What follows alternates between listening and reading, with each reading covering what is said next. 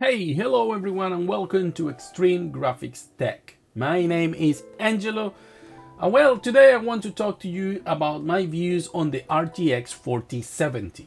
Unfortunately, I'm not rich enough to buy one, or I am not big enough for Nvidia or any other brand to send me one. So my thoughts are based on the reviews made by other channels. So yesterday it was the launch of the 4070. I have read and watched tons of videos and articles about the card to give you my impressions, what I think of the card, performance wise, and so on. I'm not going to talk hard numbers because, to begin with, I didn't make those numbers, so I don't feel it's good or fair to just take the numbers of other websites. Okay, you can see them everywhere and take, have conclusions of yourself on how good it performs. Basically, we can say it's an RTX 3080 in some cases, lower in others, a little bit higher in other games. So it depends on what you're using. It's better for ray tracing. Obviously, it has two, depending on the model, 2 more gigs or 4 more gigs of VRAM.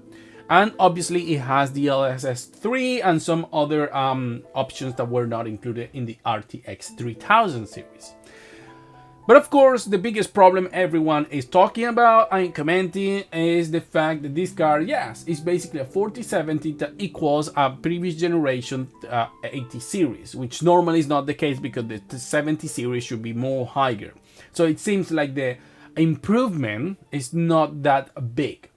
Maybe this will not be such a big deal if it wasn't because of the price. Of course, everything at the end of the day is about the price, because if this was cost $300, everybody will be like crazy saying it's the best car ever been released in the market, and Nvidia has done gamers a huge favor, right? And I understand that, and that's a fair point, okay?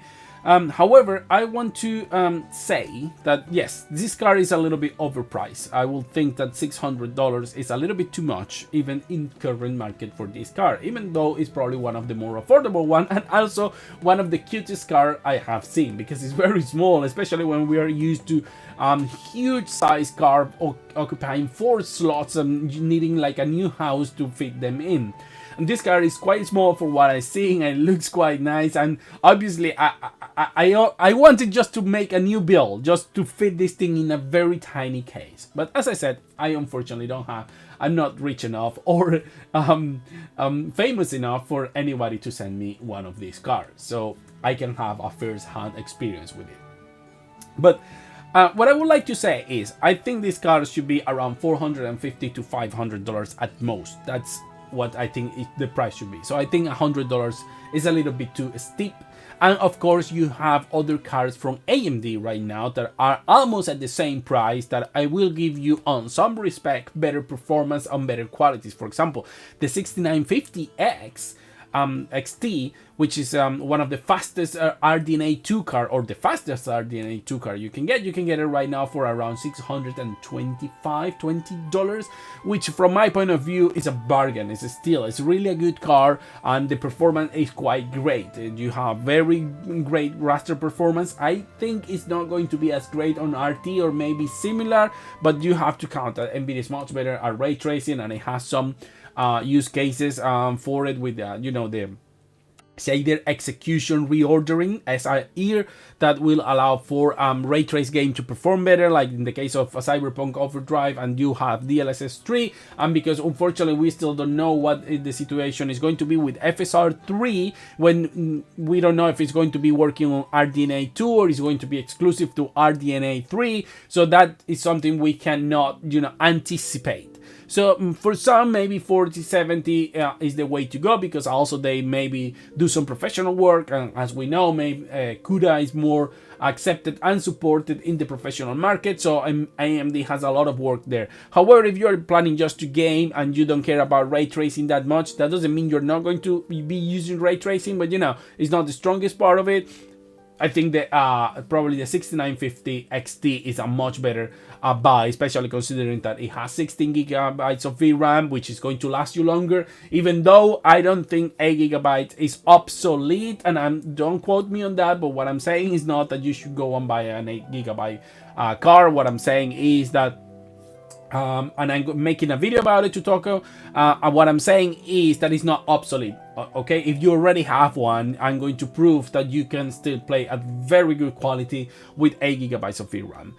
However, of course, if you're buying a new car, you don't want to buy an 8 gigabyte of VRAM car. So in this case, well, the 4070 has 12. I think that's going to be enough for the next 4 years. And also, the 6950 XT has 16. So you know, you have to see there what you care about. What I would like to mention is something that I think is becoming a big problem.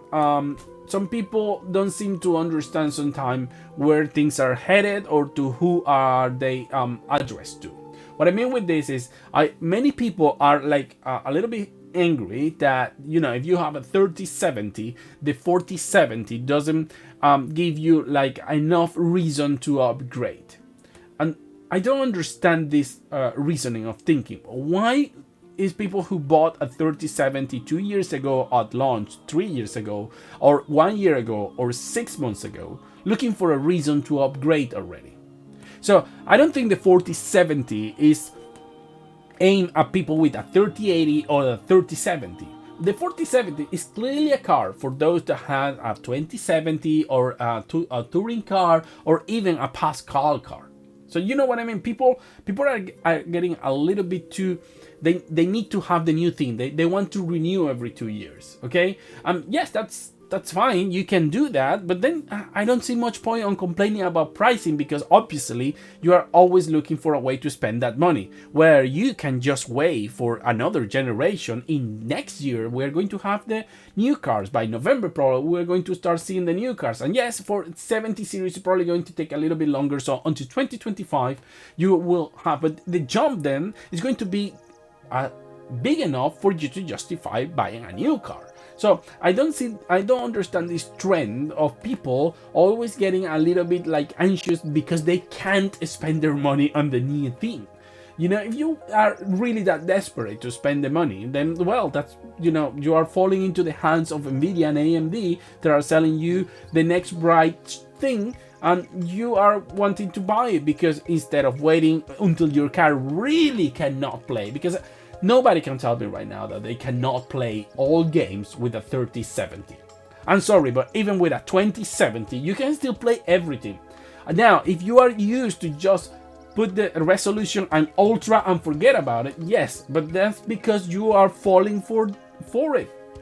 Because most games will look almost the same with medium to high settings and perform a lot better, especially when you consider you have things like DLSS and FSR that helps you a lot with the graphics. So I am a little bit confused. It's one thing to be enraged or angry about what Nvidia is doing here, right? It's a little bit, I understand that part, because yeah, the prices are high, the performance is not that big, I'm fine, but that shouldn't affect most people, only those actually looking to upgrade.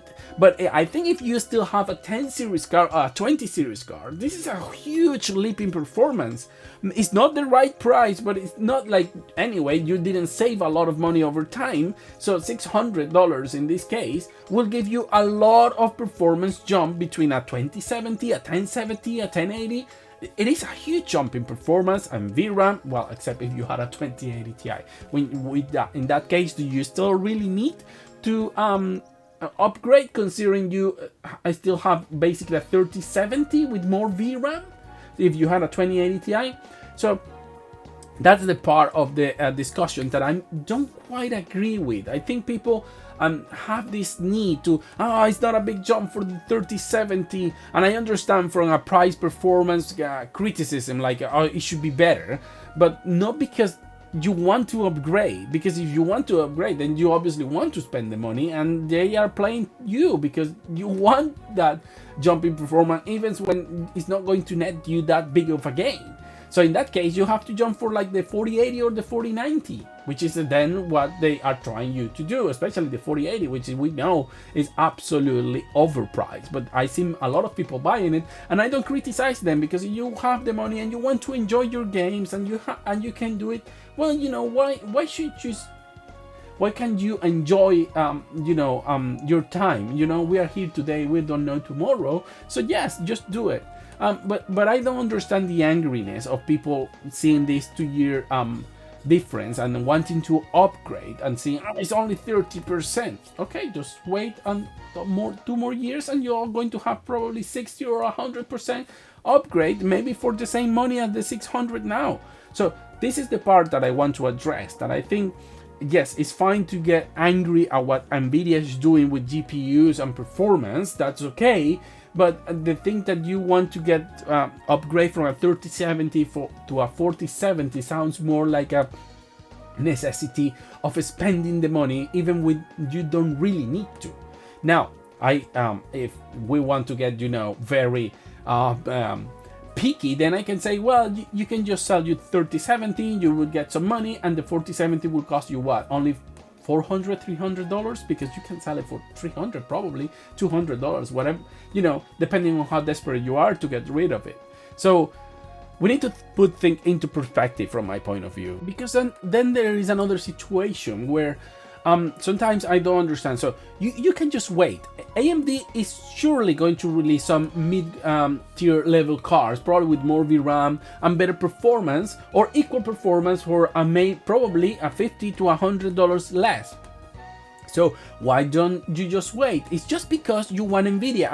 I've seen this thing happen many times. People want AMD cars to be great and to be successful and much cheaper than Nvidia, but not because they want to buy AMD. They just want that, so Nvidia is like forced to lower the prices and then buy Nvidia. So you want an AMD to be successful just to keep buying Nvidia, which is weird because you can just go and buy AMD. And this is the same situation I'm seeing with Intel Arc cars, where people seem happy to see them failing or not doing as good. They released an Arc 7070 with 16 gigabytes of VRAM, which is actually quite a good car and a very good price.